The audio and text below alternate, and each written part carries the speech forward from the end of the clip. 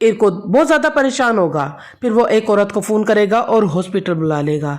जैसे ही वो औरत हॉस्पिटल आती है, इरकुत को देखकर कहती है, इरकुत तुमने मुझे यहाँ पर क्यों बुलाया है और आधी रात को तुम यहाँ पर क्या कर रहे हो। फिर इरकुत बताता है एक बच्ची का उससे एक्सीडेंट हो गया है। फिर वो औरत पूछती है उसके माँ बाप कहाँ पर हैं, वो तो ठीक है। तो इरकुत बताता है उनको अभी इस बारे में नहीं पता।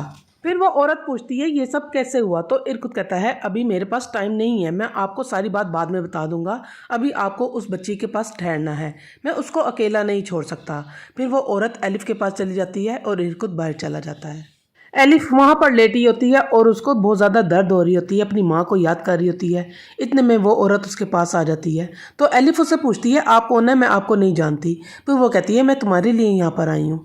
एलिफ सो जाती है, वो एलिफ को देख रही होती है। ये औरत एलिफ को बहुत हसरत भरी नज़र से देख रही होगी। दरअसल ये औरत एलिफ को अपनी बेटी समझ रही होती है। अस्सलाम वालेकुम। एलिफ ड्रामे में आप आगे देखेंगे इरकुत जब पत्थर उठाकर मारता है तो वो एलिफ को लग जाता है। एलिफ की चीख सुनकर इरकुत अंदर भागा हुआ जाता है। एलिफ बेहोश होती है। इरकुत उसे देखकर बहुत ज़्यादा परेशान हो जाता है, उसे आवाज़ देना शुरू कर देता है, एलिफ उठो, तुम मुझे सुन रही हो।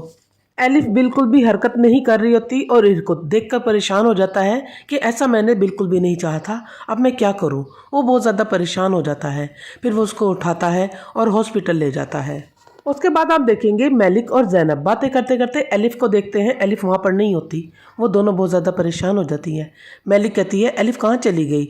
वो बहुत ज़्यादा परेशान हो रही होगी तो जैनब कहेगी आप परेशान ना हो, वो मिल जाएगी, इधर ही कहीं होगी। फिर वो उसको ढूंढते ढूंढते कैफ़े की तरफ आ जाते हैं। वहाँ पर उसके खिलौने बिखरे होते हैं। ये देखकर मेलिक और जैनब दोनों परेशान हो जाते हैं। वहाँ पर थोड़ा सा ब्लड भी गिरा होता है। मेलिक ये देखकर बहुत ज़्यादा परेशान हो जाती है। वो दोनों एलिफ को आवाज़ें देना शुरू कर देती हैं। मेलिक कहती है क्या मैंने अपनी बच्ची को एक बार फिर खो दिया है। वो बहुत ज़्यादा रो रही होगी। मोहल्ले वाले इकट्ठे हो जाते हैं। मोहल्ले वाले आके कहते हैं ये कैसा शोर है। तो एक खातून कहती है मेलिक सब कुछ ठीक तो है ना, क्या हुआ है एलिफ को। तो वो कहती है एलिफ नहीं मिल रही।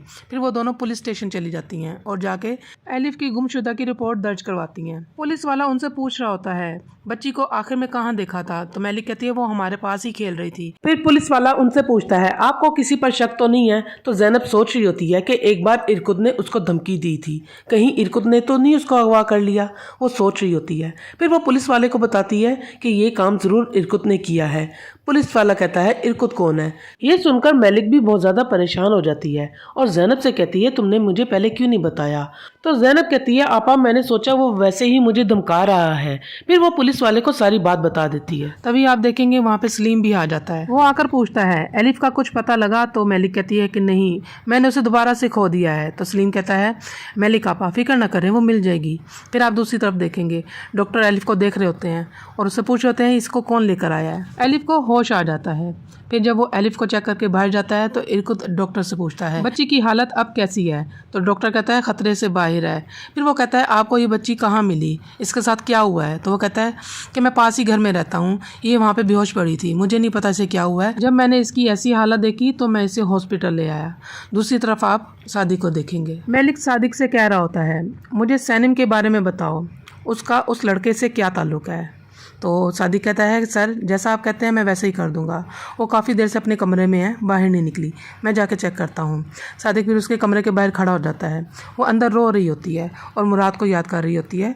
इरकुत को बुरा भला कह रही होती है कि इरकुत तुमने मुझे कहाँ पर फंसा दिया है, तुम मेरे साथ बिल्कुल भी ठीक नहीं कर रहे। सादिक ये सब सुन लेता है। फिर दूसरी तरफ आप देखेंगे इरकुत हॉस्पिटल में होता है और वहाँ पर एक औरत को फ़ोन करके बुला लेता है और उस औरत से कहता है तुम यहाँ पे बच्ची का ख्याल रखो। औरत उससे पूछती है तुम यहाँ पर आधी रात को क्या कर रहे हो। फिर इरकुत उसको बता देता है कि उसकी वजह से एक बच्ची को चोट आ गई है, अब वो यहाँ पे हॉस्पिटल में है, मुझे किसी काम से बाहर जाना है, तुम उसके पास ही रहना। फिर आप देखेंगे मेलिक, सलीम और जैनब फैसल के पास आ जाते हैं और इरकुत का पूछते हैं। वो कहता है हुआ क्या है मुझे बताओ।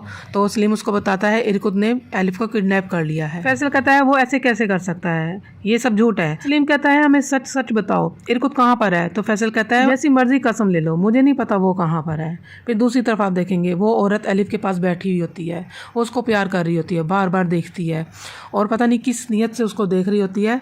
वहाँ पे कैंची बड़ी होती है, कैंची उठाकर उसके बाल काट लेती है और वो बाल अपने पास रख लेती है। दूसरी तरफ आप देखेंगे मेलिक बहुत ज़्यादा परेशान होगी, रो रही होगी कि एलिफ का कुछ पता नहीं चल रहा। दूर खड़ा इरकुत ये सब कुछ देख रहा होगा। मेलिक रो रही होगी और कह रही होगी मेरी एलिफ ठीक होगी ना? तो ज़ैनब कहती है मलिक आपा परेशान ना हो, वो बिल्कुल ठीक होगी, घर वापस आ जाएगी। फिर सलीम भी उसको दिलासा देता है हम दोबारा से नेबर में जाके पता करते हैं, ज़रूर वहाँ कहीं पे मिल जाएगी। फिर आगे आप देखेंगे सुबह हो जाती है, इरकुत उसी औरत को फ़ोन करता है जो हॉस्पिटल में होती है। वो उससे पूछता है मुझे बताओ एलिफ कैसी है? तो वो कहती है कि एलिफ अब बिल्कुल ठीक है, उसे होश आ गया है, वह बातें कर रही है। तो इरकुत शुक्र अदा करता है। फिर देखेंगे वो फ़ोन बंद कर देता है और कहता है मैं तुम्हें दोबारा फ़ोन करूँगा, तुम वहाँ से निकल जाना। फिर आप देखेंगे कि वो औरत अजीब तरीके से एलिफ को देख रही हो। फिर इरकुत ज़ैनब को फ़ोन करता है। ज़ैनब जब उसका फ़ोन देखती है तो वो एकदम गुस्से में आ जाती है और कहती है इरकुत मुझे सच सच बताओ एलिफ कहाँ पर है?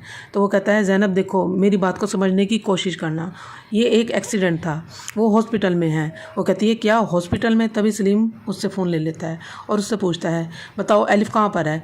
वो कहता है मैं बता तो रहा हूँ वो हॉस्पिटल में है। फिर आप देखेंगे सादिक मैली से मिलने आता है। सादिक सईदा के बारे में मैली को बताता है कि वो रात को रो रही थी और इरकुत को बुरा भला कह रही थी। वो यही कह रही थी कि उसने मुझे कहाँ पे फंसा दिया। सादिक कहेगा मैं उसको साथ लेकर आया हूँ, मैंने उसको कहा है आप उससे मिलना चाहते हैं। तो मैली कहेगा क्या उसने पूछा नहीं मैं उससे क्यों मिलना चाहता हूँ? तो वो कहेगा नहीं वो तो वही बता सकते हैं।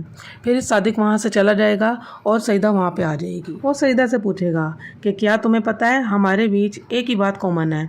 तो सईदा कहेगी मैं समझी नहीं, क्या कहना चाहते हैं आप? तो वो कहेगा इरकुत कहाँ है? तो सईदा कहेगी क्या मतलब, मैं समझी नहीं। तो मैली उससे कहेगा बहुत अच्छी एक्टिंग कर लेती हो, लेकिन मैं तुम्हारी इस एक्टिंग से बेवकूफ़ बनने वाला नहीं हूँ। मुझे बताओ इरकुत कहाँ पर है और तुम्हारा और उसका क्या ताल्लुक है? सैनम घबराने लगेगी। फिर मैली कहेगा घबराओ नहीं, मैं तुम्हारा साथ देना चाहता हूँ, मुझे पता है वो ज़बरदस्ती तुम्हें यहाँ पे भेजकर अपना काम करवाना चाहता है।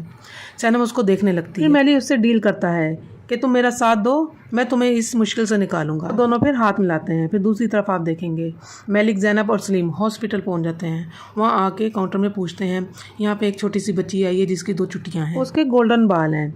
ज़ैनब उसको बता रही होती है और मलिक रो रही होती है। फिर वो लड़की कहती है हाँ एक बच्ची है, एक औरत उसके पास है, आप ऊपर चले जाएं, दूसरा नंबर पर जो रूम है वो वहाँ पर है। वो दोनों भागती हुई वहाँ से जाती हैं और उस कमरे में पहुँच जाती हैं।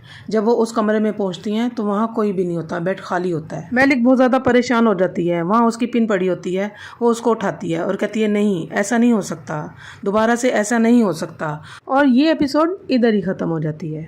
Thank you.